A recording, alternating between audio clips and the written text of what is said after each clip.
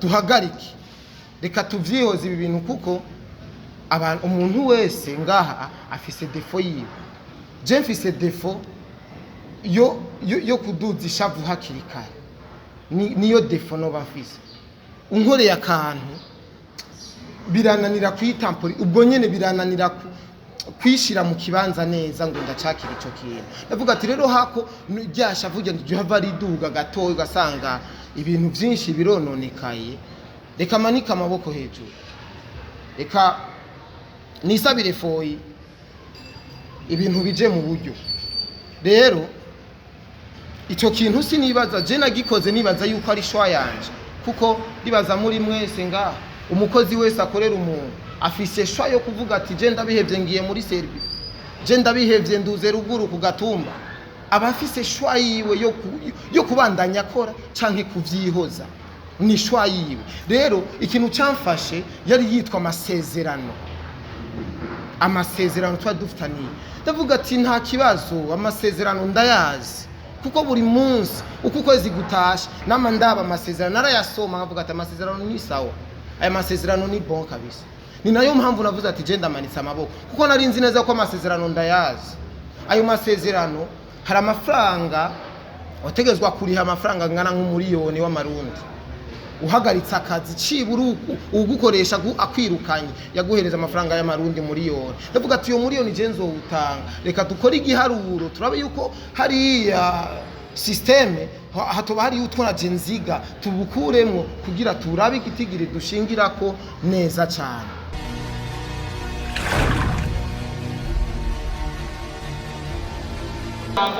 duheze tubaze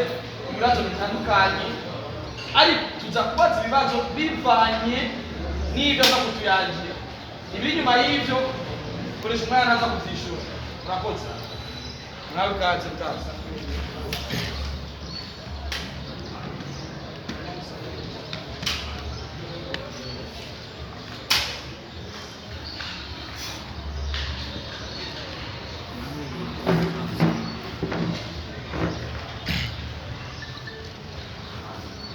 ndabaramukije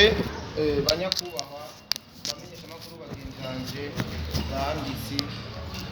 namwe gwaruka mwashoboye kwitaba ubuno butumire bashoboye kubatumira kuri uno munsi uri hejuru Imana yashoboye kuduhezagiza kugira tushike kwa mahoro reka abo byoshobokera bikomera amashi menshi cyane kuko murakoze cyane kuko n'ibintu twagwaniye imyaka myinshi cyane n'ibintu twarondegire igihe kirekire cyane haho umuntu ashobora kwicara imbere y'abanyakubahwa nka mwebwe kungene mungana harabonduta imyaka n'abanduta imyaka ariko si ikintu cyoroshe cyane gukoranya abantu nka mwebwe kugira bumve kiva mu kanwa k'umuntu ni byinshi mubona ni byinshi dukora mukabibona ariko si bose bafite umutima wo kwicara ngo bakurikirane umuntu ibyo agomba kuba yagira aho rero ibyo ndabishimira Imana cyane ndanabashimira cyane bimwe by'imvamutima icyambere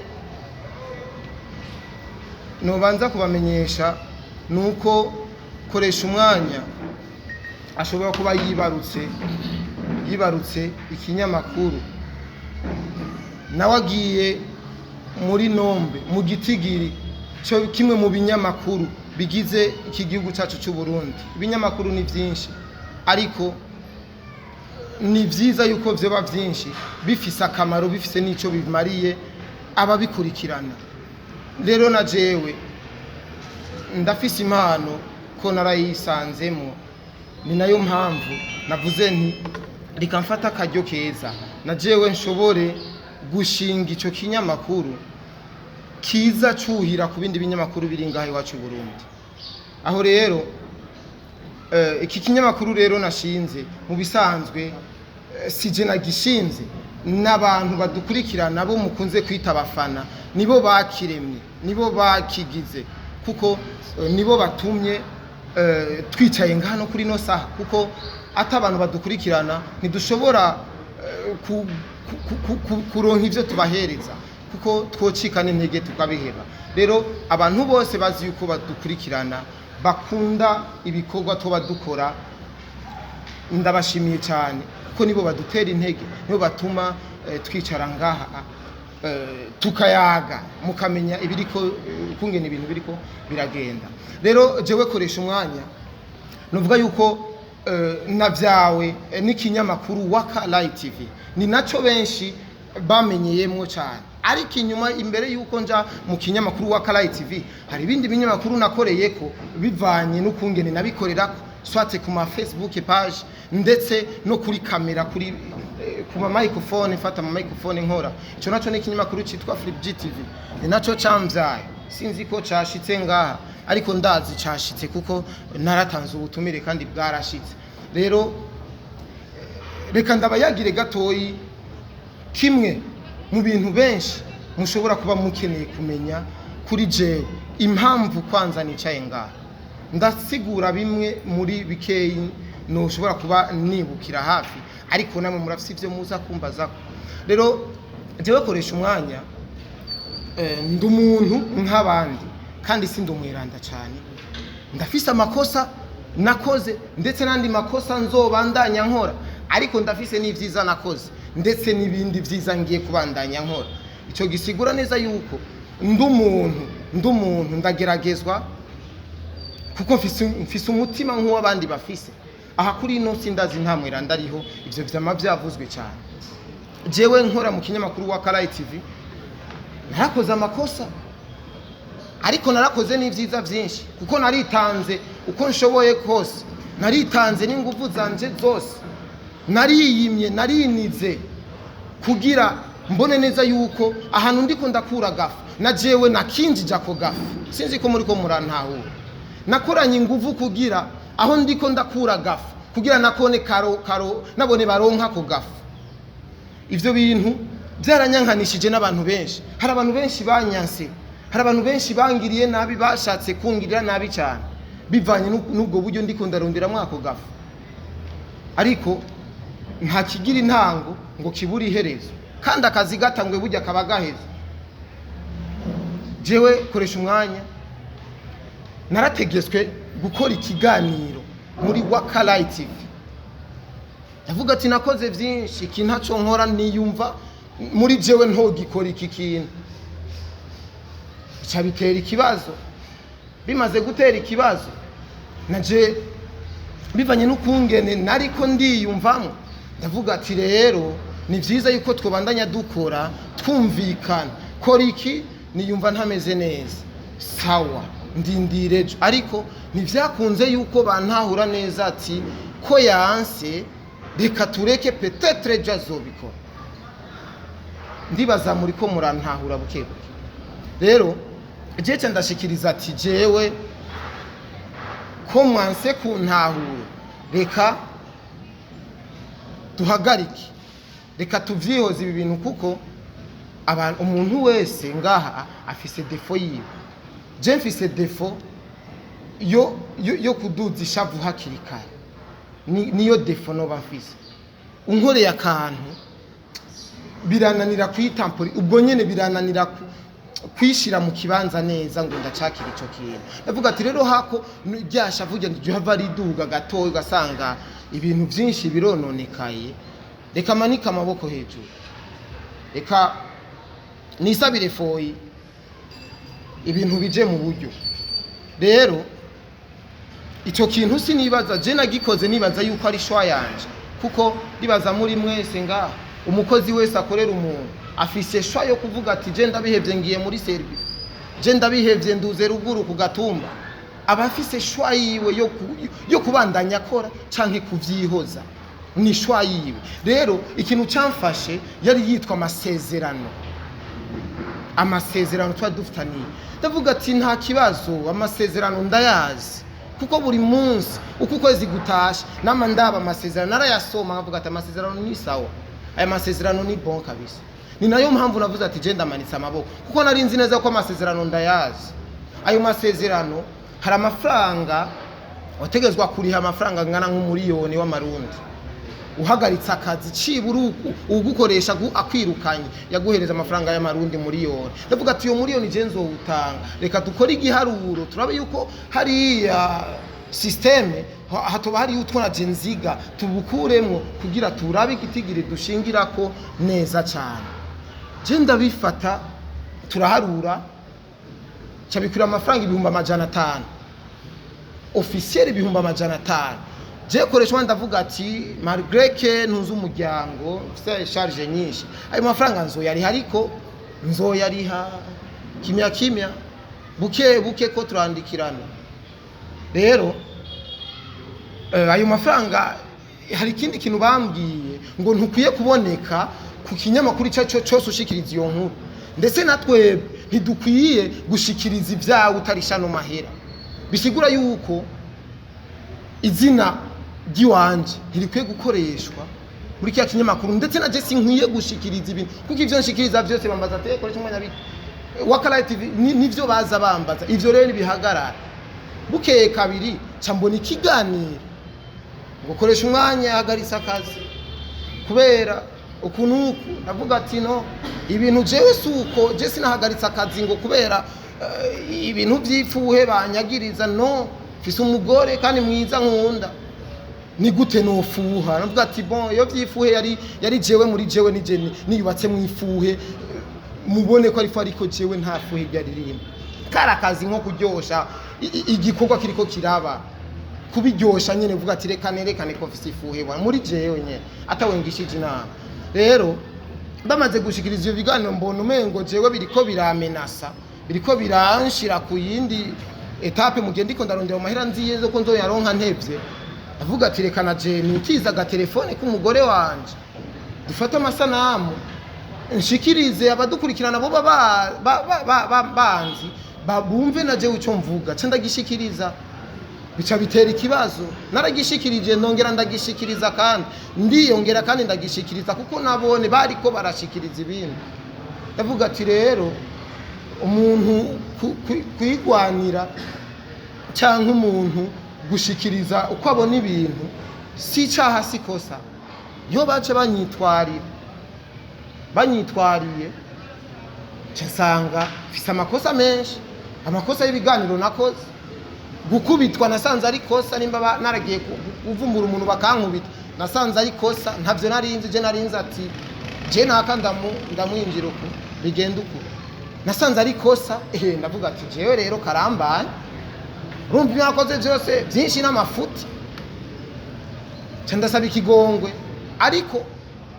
hari inkuru numvise ngo je ngo sinzi gusaba ikigongwe nta muntu numwe atazi gusaba ikigongwe ariko bivana n'ico kigongwe usabye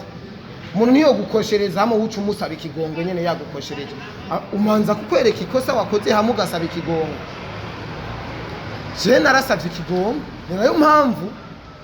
ubutungane nitavye bwaradutunganirije neza turumvikana neza mbere n'igihano na ex boss wanje akese yaravuze ati sawa reka tubigenze uko ni bon aranaryoherwa tuva hariya mu butungane turyohewe twese tubandanya tuyaga ubucuti burabandanya ndanamushimira kuko n'umuvyeyi mwiza vrema kuko ukungene aho yaramfise hari habi cyane ariko yaciye yubika ikiganza aravuga ati n'umwana nubwo ko yikohanuye yabonye ikosa yasabye ikigongo reka ndamworohereza cyaranyorohereza ariko iki kinyamakuru cyari cyamaze kuremwa n'abafana bari babonye bijya biganiro nashize ko baravuga ati koresha umwanya none ntiwobandanya turyohereza ngaha nyene na hari ababandanye baturyohera mube benshi muturyohere ku mpande nyinshi cye ndumvira abafana nkuko na mwese ndazi ngaha mukora ibintu kubwa abafana ndabaryohera abafana ndavuga ati sawa nzokwikubita ku biti no ku mabuye ndabikore rero narakoze ntavuze ati reka rero nkore mu buryo bwanje nshoboye mu mafaranga twumvikanye yo sensa hari yongereye kwigi 100 biba 600,000 ndayemera kuyana mvuga ati nzoriha inusu kunuko sawa ubu rero turiko turavugana namwe bwigitumye nicaye ngaha nararisha inusu niyo mpamvu aca mu burenganzira ati tangura kuvugura rero ideni ntiriheza ariko nzoriri nzoribandanya, ariko ubu mfite uburenganzira bwo gukora. Ubu ndiko ndakora, niyo mpamvu ku rubuga rwanje rwakoresha umwanya media ibiganiro biriko byo ndiko ndakora, ndetse n'ibyo nakoze biriko birajako. Rero iyikoresha umwanya media rero mu ncamake navuga ko yaremwe n'abafana badukurikira, nibo banteye intege ati kora turi inyuma yawe, nimba barampenze kora turi inyuma yawe, mu nyuma bazoce bankweba, nzobibona, nzoba mbona yuko bampemukiye, ariko nibo baremye iki kinyamakuru, nibo banteye intege, ndanabashimira cyane. Sinabaseza amafaranga ngo ngure kamera ngure iki, nta kamera mfise, telefone yanje iri muri mwebwe nyene, telefone iri muri mwebwe nyene ngaha iri kirakora, ariko bitabuze yuko nshobora kwisopa nkakotesha kamera kimya nkakora mukaryoherwa. Rero cyo ndabasaba mwe bamenyesha makuru bagenzanje, mwebwe bantu b'Imana, mu dushigikirane, dukundane nivyo bizodushikana ku ndoto zacu. Ego mu ncamake nivyo, koresha umwanya media ubu iri uve umbuga zose, ubu turashobora gutangura gukora. Ongera ndabashimira kandi mwe mwaje vraiment, sinari niteze ibi bintu, sinari ndavyiteze, ari nzi yuko haza abantu babiri canke batatu. Rero ariko hari ikintu kimwe, mbere yuko ndabaho uburenganzira bwo kubaza ibibazo, hari ikintu kimwe ngomba kubashikiriza. Burya twaje muri aka gakino, muri ino game hari abantu twarabiye ko turabona ati abantu bariko barakora. Nuvuga neza yuko uyu muvyeyi yanyibarutse jewe, abavyeyi benshi ni mumbona, abavyeyi benshi, kuko jewe mbere ndanababwira imbere ya kamera, jewe navuye muri Team Satura, navuye muri team, hari ababizi, ariko je navuye muri Team Satura. Ndasigwa uko nkeri umufana, kuko benshi barabona ibikorwa byanje uko bitafatiye ku bufana canke kuki, ariko ni umuvyeyi, Team Satura n'umuvyeyi. Ariko Akes Dan rero ari mu bantu bafashe nka kujya ushobora kuba wambaye amarori, ko amarori burya n'amaso officiel ntibibona kumwe. Hari ukuntu hari agapfungu kaba kari ku maso gatoyi kwera wambaye amarori, ariko uyakuye tubona rero direct hari ibintu ubona neza. Akes Dan ni umuntu yanyuguruye amaso avuga ati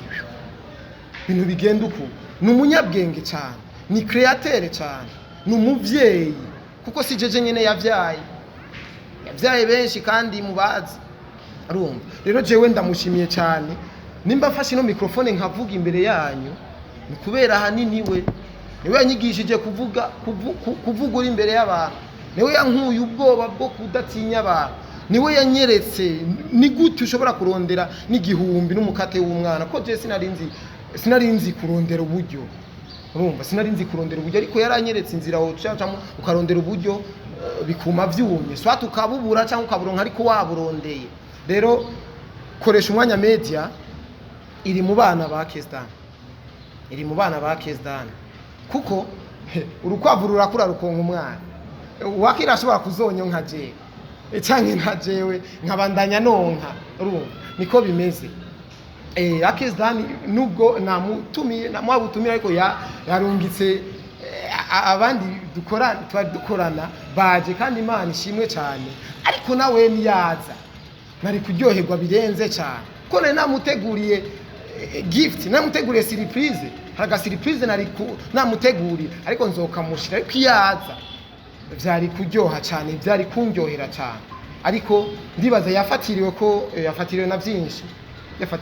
uri responsable ufatiriwe na byinshi. Reka ndike kubicisha amajambo, mu bisanzwe murakoze cyane, mwakoze cyane murakoze cyane. Murakoze cyane. Jendi Ntare Jesus Kakmelo kuva muri Inyishu Media, nafise ikibazo kimwe nashaka nerekeze kuri koresha umwanya.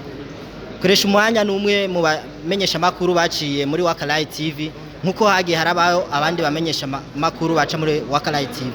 Rero ikibazo nari mfise rero nashaka kumenya ukuntu bosi wawe bosi wawe Akes Dan yarakwise izina, ari kwita hari abandi bantu, akwita ko uri umumeyere acteur mukuru mu bantu baciye muri Wakalai TV. Ico kintu shaka ukinyishure ko umbarire ni giki yari yakubonye ko kugira guha iryo zina. Murakoze cyane. Ntare kuva kuri Inyishu Media yavuze ati Akes Dan yaragutazira izina gitwa acteur principal, n'abandi bazontazira yandi mazina. iryo afite impamvu yarinyise acteur principal acteur afite impamvu yarinyise kandi arazi uburemere bw'iryo jambo kandi ndibaza aho kimwe watahuye rero MC Blizzo ni CEO wa Free TV hari jambo